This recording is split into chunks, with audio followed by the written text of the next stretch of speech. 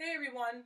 The story I'm going to tell you today is a story called The Sacred Banana Leaf, and it's a trickster tale from the island of Java in Indonesia. And it features a popular trickster throughout that region named Kencil, who is a mouse deer. And the version I'm going to tell of this story is a version that was originally performed, or retold really, by Nathan Kumar Scott. And I think it's appropriate for all ages. You can tell it to kids, you can tell it to adults, and I hope you all enjoy it. It was a nice, cool day in the forest, and as usual, Kencil the mouse deer trotted happily along. He was very pleased with himself today. Very, very pleased with himself. He had just come back from the Sunday market, and he had gotten his favorite food in the entire world to eat. Sticky, sweet rice cakes, wrapped in banana leaves. These sticky, sweet rice cakes are so good, thought Kencil to himself, and one by one, he began to eat them. They were delicious. So delicious that even after he was finished, Kencil took the banana leaves and he began to lick every single last grain that was still stuck to the banana leaves. He was so into this that he wasn't paying very much attention to where he was going. And you all know what happens whenever someone doesn't pay very much attention to where they're going. One minute, Kencil was walking along just fine, and the next minute, oh! Crash! Kencil had fallen into a pit. A really deep, dark pit. He tried to climb up the walls. He tried, but it was no use. His legs were too little, and the walls were too steep. He tried calling out for help. Help! Someone! Please help! But there was no reply. He was completely alone. Would he be stuck in the pit forever? If he was, it would certainly be the end of the world for him. The end of the world. Suddenly, he had an idea. A really good idea. All he would have to do would be to wait a little while. And so wait he did. Of course, he didn't have to wait too long before someone came around. It was Ular, the snake. And Ular was looking for a meal, and he was slithering, and he came across the pit, and he looked down into the pit, and he saw Kencil. Kencil, what are you doing in there? Said Ular. Oh, I'm waiting for the end of the world, said Kencil. The sky is going to fall today, and everyone is going to die. It says so right here on this sacred banana leaf that I have. Now, this banana leaf wasn't actually sacred. It was really the banana leaf that the sticky rice cakes had come in. But Ular was none the wiser. Really? What does it say? Said Ular. Here, let me read it for you, Kencil said, looking up at Ular, and he lifted up the banana leaf and he pretended to read it. On this day and on this way, the sky will fall upon us all. The world will end. So be prepared. Only those in the dark pit will be spared. So you see, Kencil said, looking up at Ular, I have nothing to fear, because I'm in the pit. I'm going to live. Oh, but I want to live too, said Ular. I can't believe the end of the world is coming. I'm going to die. I want to be in the pit with you. I want to be spared.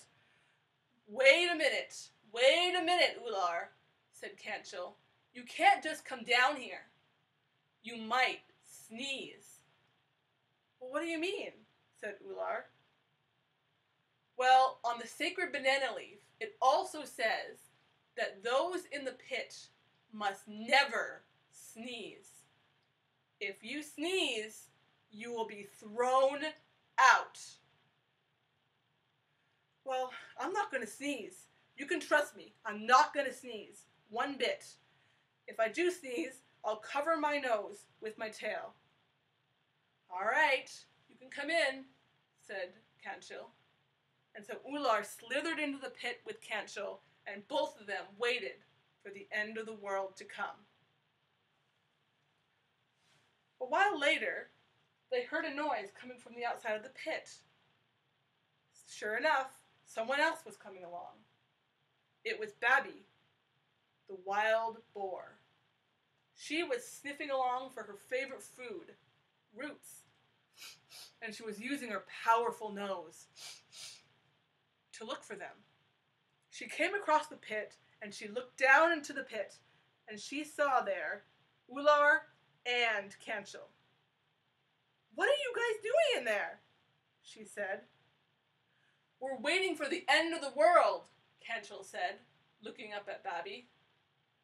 "It says right here on my sacred banana leaf, the eternal, everlasting sacred banana leaf of the jungle, that the sky is going to fall and the world is going to end, and everyone is going to die, except of those of us in the pit.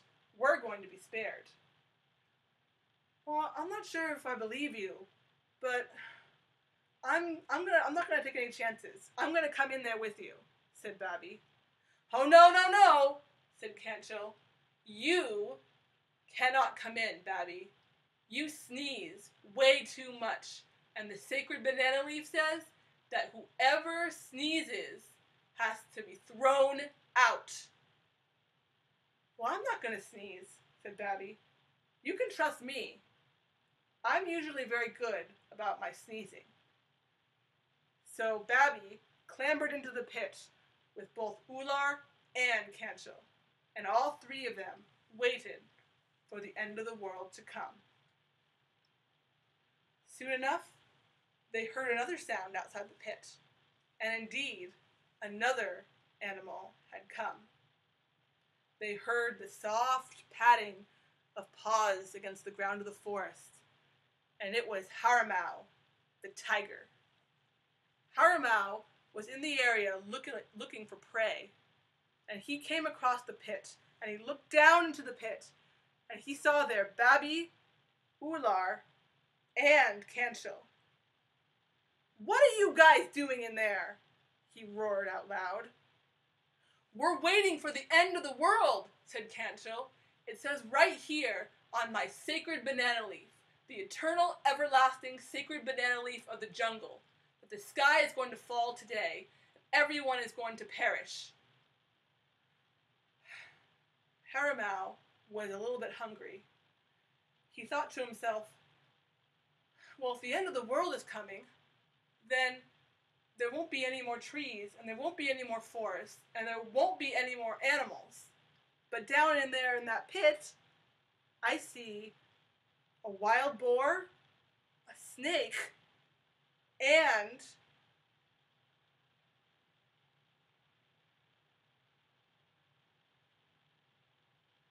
a mouse deer. Certainly, if I go in the pit with them, I'm at least going to have some food. And so out loud, Haramau said, "All right, guys, I don't want the world to end, so I'm going to come down in there with you." And Kanchil was like, "No, stop. You can't come in, Haramau. You sneeze too much. And the sacred banana leaf says that whoever sneezes must be thrown out of the pit." "Well, I'm not going to sneeze," said Haramau. "I actually don't sneeze that much." And so Haramau leapt into the pit with a flying leap, and all four animals waited together for the end of the world. This time, a lot of time passed, and not very many animals came. In fact, no animals came around. And Kanchil was getting kind of bored in that pit. He went over to Haramau. "Haramau, did I hear you sneeze?" "Certainly not," said Haramau. "I told you I don't sneeze." Then he went over to Babby. Babby, did you sneeze? No, said Babby. I didn't sneeze. And then he went over to Ular. Ular, did I hear you sneeze? No, you didn't hear me sneeze. I didn't sneeze. Don't worry, said Ular. Then, all of a sudden, Kanchil felt a twitch in his nose. And this twitch got stronger and stronger. And the stronger it got, the more Kanchil tried to stop it. But he couldn't stop it. And he was trying to cover his nose, but he couldn't stop it. Ah! Ah! Ah! Achoo! Kanchil had just sneezed the biggest sneeze anyone had ever heard. Kanchil, you sneezed, said Bobby.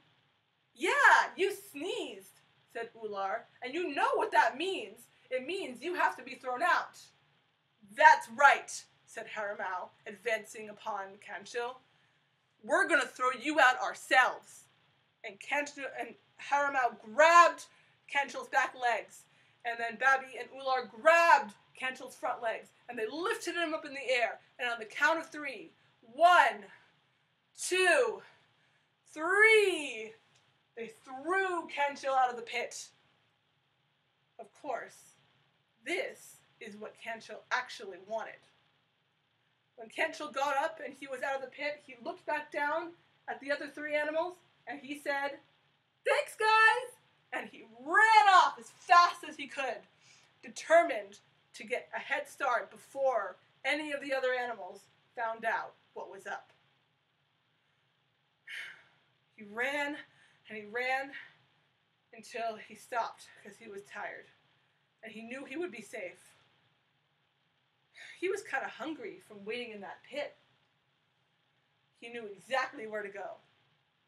Back to the Sunday market to get more sticky, sweet rice cakes wrapped in banana leaves.